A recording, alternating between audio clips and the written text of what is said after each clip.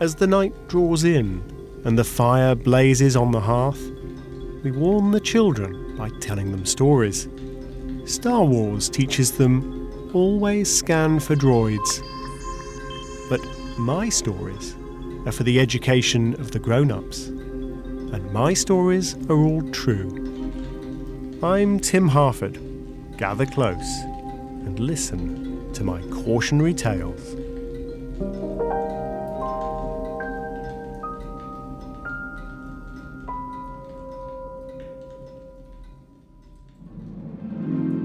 You've heard this story before.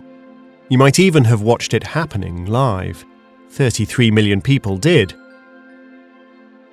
There they stand, together on stage, Faye Dunaway and Warren Beatty, Bonnie and Clyde together again after 50 years. Even for a pair of veteran Hollywood stars, it must have been a nerve-wracking moment. Yet their task seemed simple. Open a red envelope, take out a card, and read out the title of the film that had won the Academy Award for Best Picture. Beatty opens the envelope. So far so good. Then he looks at the card in his hand. He hesitates. Then he looks inside the envelope again, as though checking to see if there was a cover note. He looks over at Dunaway, then raises both eyebrows. She reaches over and touches his arm affectionately. And the Academy Award... Beatty begins. He pauses again. He looks at the card again. He slips his hand inside the envelope one more time. The audience laugh. At the moment of maximum tension, that old rogue is playing with everyone's emotions. He continues. For Best Picture. He stops again. Faye Dunaway thinks he's goofing around too. You're impossible, she says. Come on. He shows her the card. She doesn't hesitate for a moment.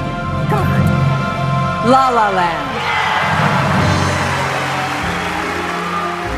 The audience erupts in applause, and the producers of La La Land take to the stage to give their acceptance speeches. Meanwhile, off in the wings, an accountant named Brian Cullinan knows that the biggest screw-up in the history of the Academy Awards is in full flow. The 2016 winner of Best Picture isn't La La Land. It's Moonlight. So, yes, you've heard this story. But have you understood what it really means? You're listening to another cautionary tale.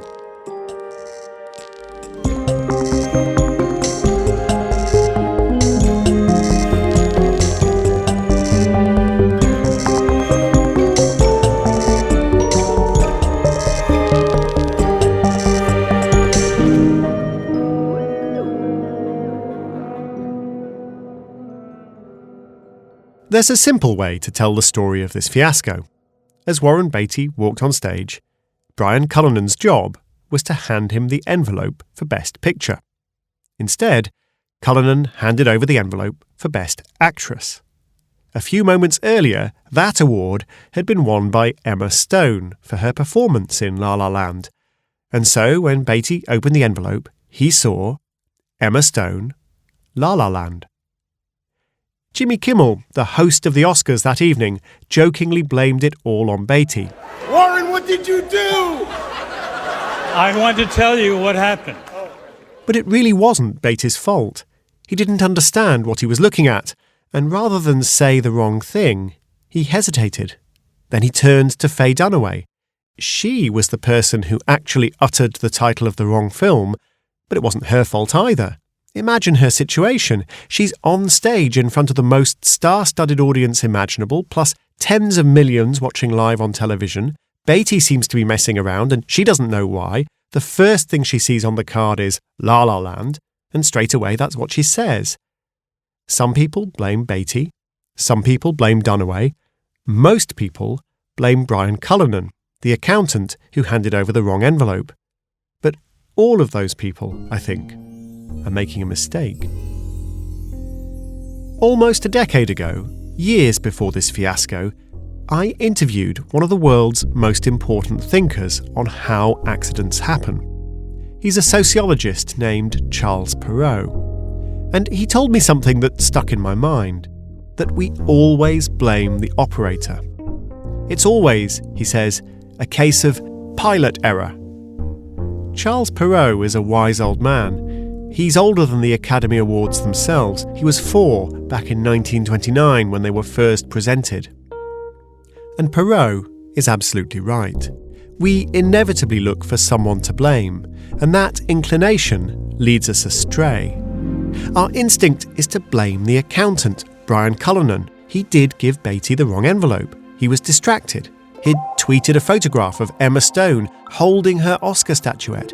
At a time he should have been focusing on giving Beatty the right envelope, he was on his phone, enjoying being close to one of the world's most beautiful people at her moment of triumph. We can all learn a lesson from that. Get off your phone. Get off your phone when you're supposed to be having dinner with your family. Get off your phone when you're supposed to be driving. And get off your phone when you're supposed to be giving the envelope containing the best picture card to Warren Beatty. But the reason that it's a mistake to simply blame Cullinan is because Cullinan was just being human. Humans are always getting distracted. Humans are always making mistakes. If our systems can't cope with those mistakes, then it's hopeless to demand better humans. We need better systems. When La La Land fleetingly won Moonlight's Oscar, some rich and successful people suffered some embarrassment and some heartache, but nobody died. Yet the lesson of the fiasco is far from trivial. The same kind of mistake in different situations can be catastrophic. Such mistakes can lead to nuclear accidents and financial meltdowns. And when I say can lead, I mean have led. Such disasters have already occurred. So, let's try to understand what really happened that strange night at the Oscars. Perhaps we can use that insight to prevent far more serious calamities.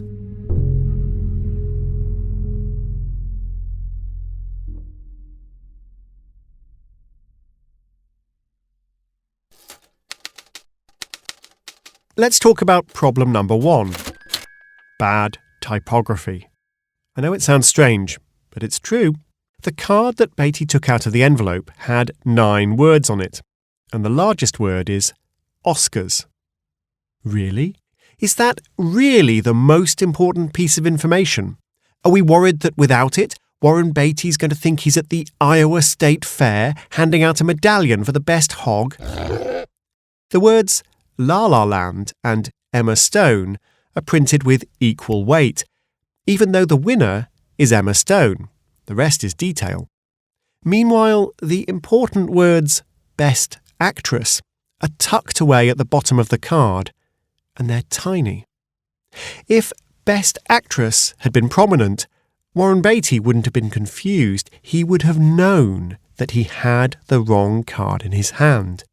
And if Emma Stone had been in larger type than La La Land, Faye Dunaway wouldn't have blurted out the name of the wrong film.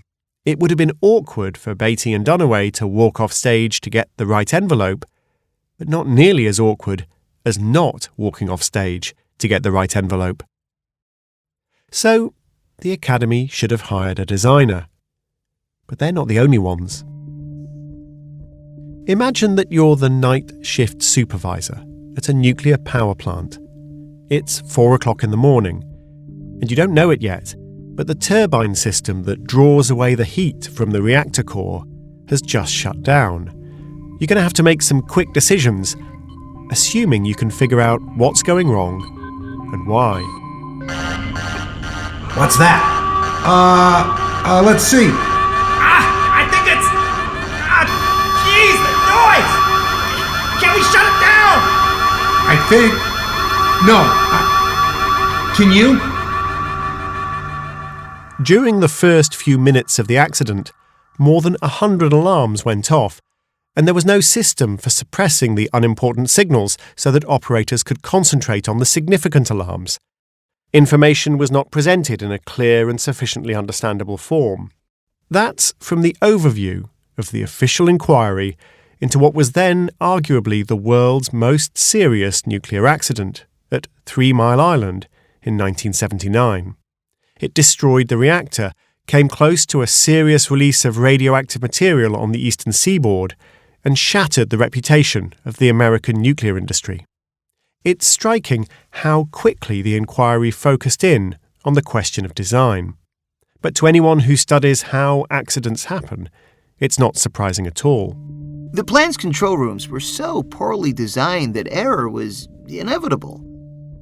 Don Norman, the director of the design lab at UC San Diego, was asked to help analyse the problems at 3 Mile Island. Design was at fault, not the operators. The control panels were baffling. They displayed almost 750 lights, some next to the relevant switches, or above them, or below them, sometimes nowhere near the relevant switch at all. Red lights indicated open valves or active equipment. Green indicated closed valves or inactive equipment. But since some of the lights were typically red and others were normally green, the overall effect was dizzying. So, yes, the operators made mistakes at 3 Mile Island, but with better design, they might not have. Warren Beatty and Faye Dunaway would sympathise. But something else went wrong that night at the Oscars, something deeper and more surprising. It's a strange effect, and it was first observed by a man less famous for looking at why things go wrong, and more famous for looking at the stars. Galileo Galilei is known for his astronomy, and because his work was consigned to the Church's Index Librorum Prohibitorum, the list of forbidden books. But the great man's final work opens with a less provocative topic: the correct method of storing a stone column on a building site. Bear with me. This book from 1638 is going to explain the Oscar fiasco and much more. I must relate a circumstance which is worthy of your attention, as indeed are all events which happen contrary to expectation, especially when a precautionary measure turns out to be a cause of disaster. A precautionary measure turns out to be a cause of disaster. That's very interesting, Galileo. Please go on. A large marble column was laid out so that its 2 ends rested each upon a piece of beam. I can picture that in my mind. Support the column while it's being stored horizontally, ready for use. If you lay it on the ground, it may get stained, and you'll probably break it when you try to get ropes underneath it to pull it upright. So, yes, store it flat, but propped up by a support at one end and a support at the other. But what if the column can't support its own weight like that and simply snaps in half? Galileo has thought of that. A little later, it occurred to a mechanic that, in order to be doubly sure of its not breaking in the middle, it would be wise to lay a 3rd support midway. This seemed to all an excellent idea. Yes, if 2 supports are good, surely 3 supports are better. It was quite the opposite. For not many months passed before the column was found cracked and broken, exactly above the new middle support. How did that happen? One of the end supports had, after a long while, become decayed and sunken, but the middle one remained hard and strong, thus causing one half of the column to project in the air without any support. The central support didn't make the column safer. It pressed into it like the central pivot of a seesaw, snapping it in half. Galileo's tale isn't really about storing columns, and neither is mine. It's about what I'm going to call Galileo's principle. The steps we take to make ourselves safe sometimes lead us into danger. The problem Galileo described is well known to safety engineers. There's an article in the fine scholarly journal Process Safety Progress titled "No Good Deed Goes Unpunished: Case Studies of Incidents and Potential Incidents Caused by Protective Systems." These case studies are magnificent. There's a chemical plant where 2 pressure relief systems interact in a way that means neither of them work. There's a flare designed to destroy pollutants, which ends up causing the release of toxic gases. There's an explosion suppression device that causes an explosion. This kind of thing happens more than you might think. An example is one of the earliest nuclear accidents at Fermi 1, an experimental reactor in Michigan. It's barely remembered now, except in Gil Scott-Heron's song, "We Almost Lost Detroit This Time." The operators at Fermi 1 lost control of the nuclear reaction for reasons that were baffling to them. Some of the reactor fuel melted. It was all touch and go. Eventually, they got the reactor under control, shut it all down, and waited until it was safe to take it all apart. It was almost a year before the reactor had cooled enough to identify the culprit.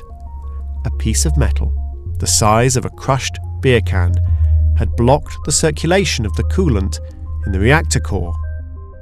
It was a filter that had been installed at the last moment for safety reasons at the express request of the Nuclear Regulatory Commission. It had come loose and caused the entire problem. Galileo's principle strikes again. Why do safety systems sometimes backfire? The wise old sociologist Charles Perrow's most famous book is called Normal Accidents. It's about how certain kinds of system are vulnerable to catastrophic failure. So vulnerable, in fact, that we should view accidents in those systems as inevitable. The vulnerable systems have two features. The first is that they're what Perrow calls tightly coupled. In a tightly coupled system, one thing leads to another, and another, and another. It's like domino toppling, which is actually a great example of a tightly coupled system. Once you start, it's hard to hit the pause button. A second feature is complexity. A complex system has elements that interact in unexpected ways. A rainforest is a complex system, so is Harvard University. But Harvard University usually isn't tightly coupled. If there's a problem, there's also time to find a solution. A system that's both complex and tightly coupled is dangerous. The complexity means there will occasionally be surprises. The tight coupling means that there will be no time to deal with the surprises. Charles Perrow's theory explains Galileo's principle. Every time you add a feature that's designed to prevent a problem, you're adding complexity. The middle support for the column added complexity. So did the safety filter that damaged the Fermi 1 reactor. Safety systems don't always make us safe.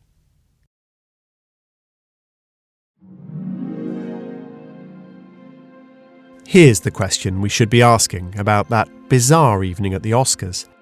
How was it even possible for the distracted accountant, Brian Cullinan, to give Warren Beatty the wrong envelope? A few minutes earlier, the envelope for Best Actress, the envelope containing the card that read Emma Stone, La La Land, that envelope had been in the hands of Leonardo DiCaprio as he stood on stage announcing her win. How could that envelope have made its way into the hands of Warren Beatty? The answer: it didn't. There were two envelopes. Every envelope for every category had a duplicate version waiting in the wings. These duplicate envelopes were there as a safety measure, and that safety measure is what made the fiasco possible. Galileo's principle had bitten hard. Charles Perrow's argument is that when systems are both complex and tightly coupled, we should expect catastrophic accidents. Does the Academy Awards ceremony fit that description? It's certainly tightly coupled. You can't easily interrupt a live TV spectacular in front of millions of people to ask for advice. The show must go on. Yet, the ceremony doesn't have to be complex. Giving an envelope to Warren Beatty doesn't have to be complex. But you can make it complex if you try. Brian Cullinan's partner in crime that evening was Martha Ruiz. Like Cullinan, she was a senior accountant. The pair of them carried identical briefcases with an identical set of envelopes. On the day of the show, we'll get the ballots and Brian and I will go to the theater on two separate roads. He'll go one route and I'll go another route. That's how Martha Ruiz helpfully explained things to journalists just before Oscar night. Both she and Cullinan had been proudly giving interviews about the foolproof system. We do that to ensure that in case anything happens to one, the other will be there on time and delivering what's needed with the full set. We do have security measures up until we're at the theater, and delivering that envelope to the presenter just seconds before they walk on stage. We'll be in 2 different locations. Brian will be on stage right, and I'll be on stage left. It all sounds sensible, and in many ways, it is sensible. It's also complicated. The system of twin envelopes meant that every time an envelope was opened on stage, its duplicate in the wings had to be set aside. Martha Ruiz, stage left, handed the envelope for Best Actress to Leonardo DiCaprio, leaving Brian Cullinan, stage right, with a job of discarding the duplicate, the job he failed to do. If there hadn't been that set of twin envelopes, Warren Beatty could never have been given the wrong one. So, bad design helped cause the Oscar fiasco. It also helped cause the accident at 3 Mile Island. And a complicated safety system was at the root of the Oscar farce. It was also at the root of the Fermi 1 accident. But it's not just Oscars and nuclear power. I promised you a financial catastrophe too. And in this one, both safety systems and bad typography are to blame. You might even start to see the banking crisis in a very different light. In September 2008, at the height of the financial crisis, an insurance executive named Robert Willemstad requested a meeting with Tim Geithner. Geithner would later be the Treasury Secretary. At the time, he was the president of the New York Federal Reserve. That meant he was responsible for supervising Wall Street's banks, including Lehman Brothers, which was on the brink of collapse. Robert Willemstad was the boss of an insurance company called AIG, and since AIG wasn't a bank, it was far from obvious why Willemstad was Geithner's problem. In his book Too Big to Fail, the journalist Andrew Ross Sorkin reports the intimate details of this ill-fated meeting. I'm really sorry, Mr. Willemstad. Mr. Geithner's going to be a few minutes. No problem. I have time. I'm sorry. I know you've been waiting a long time. Mr. Geithner's on the phone to the boss of Lehman Brothers. He's up to his eyeballs in Lehman. Tim Geithner was also exhausted. He'd been on an overnight flight from a banking conference in Switzerland. He must have felt completely overwhelmed. Who wouldn't have? Bob, is it? Sorry to keep you waiting. Come in. Willemstad got his moment. He badly needed to be able to borrow from the Fed, not normally something AIG would be allowed to do. But he also didn't want to panic Geithner. He needed to walk a tightrope, to suggest that AIG could use some help, but wasn't actually bankrupt. Is this a critical or emergency situation, Bob? Well, let me just say that it would be very beneficial to AIG, Mr. Geithner. Perhaps I can leave this with you. Willemstad handed Geithner a briefing note.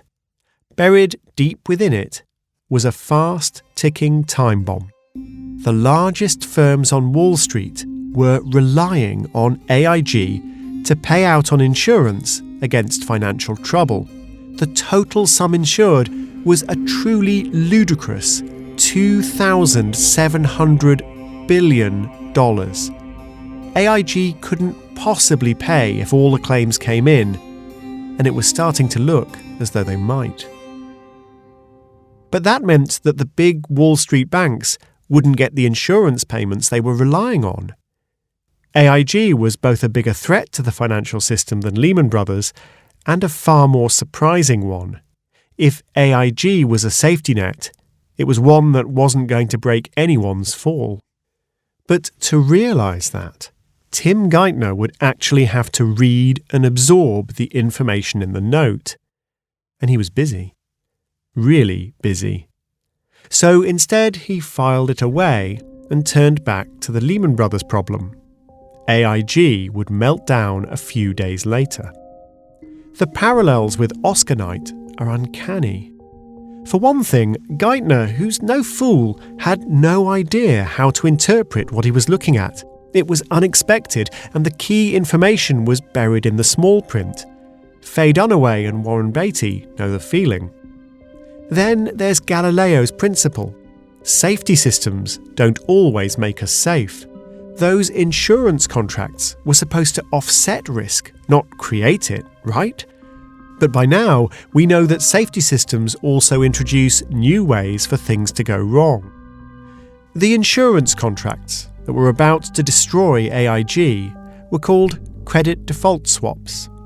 They'd become popular as a way to offset risk with the blessing of regulators. They seemed a smart idea, just as the third support for the columns seems like a smart idea, and the metal filters at the Fermi reactor, and the duplicate set of award envelopes. But they backfired. Wall Street banks were relying on these credit default swaps to keep them safe if there was trouble. When it became clear that insurance companies such as AIG couldn't possibly pay out, the banks all scrambled to sell off their risky investments at the exact same time, for the exact same reason. A few days after Willemstad had met Geithner, officials and bankers worked through the weekend on the Lehman Brothers problem. Only on Sunday evening did one of those bankers receive a request from a Treasury official to ask if she could drop everything and work on rescuing AIG instead. The surprising phone call was greeted with a response that was, unsurprisingly, unsuitable for family ears. Hold on. You're calling me on a Sunday night saying that we just spent the entire weekend on Lehman and now we have this? How the fuck did we spend the past 48 hours on the wrong thing? How indeed. For the same reason they gave the Oscar to the wrong movie. Confusing communication, and above all, a safety system that created a brand new way to fail. The banking crisis of 2008 shook the world financial system and destroyed millions of jobs. More than a decade later, we're still living with the consequences. It was, in its way, a more serious crisis than any nuclear accident. It was certainly far graver than a bungle at the Oscars. Yet, the same problems were at the roots of all these accidents. After the La La Land shambles, Vanity Fair reported, The Oscars have an intense 6-step plan to avoid another envelope disaster. The 6 steps include getting rid of the 2 accounting partners, Brian Cullinan and Martha Ruiz, and the twin sets of envelopes. Instead, says Vanity Fair, there will be 3 partners. A third partner will sit in the show's control room with the producers. All 3 partners will have a complete set of envelopes. If having 2 sets caused the problem, having 3 sets is better, right? I'm not sure Galileo would agree.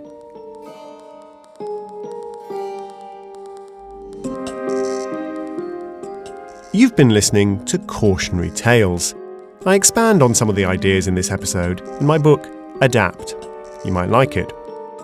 Cautionary Tales is written and presented by me, Tim Harford. Our producers are Ryan Dilley and Marilyn Rust. The sound designer and mixer was Pascal Wise, who also composed the amazing music. This season stars Alan Cumming, Archie Panjabi, Toby Stevens and Russell Tovey, with Enzo Cilenti, Ed Gochen, Melanie Gutteridge, Mercia Monroe, Rufus Wright, and introducing Malcolm Gladwell. Thanks to the team at Pushkin Industries, Julia Barton, Heather Fain, Mia LaBelle, Carly Migliori, Jacob Weisberg, and of course, the mighty Malcolm Gladwell. And thanks to my colleagues at the Financial Times.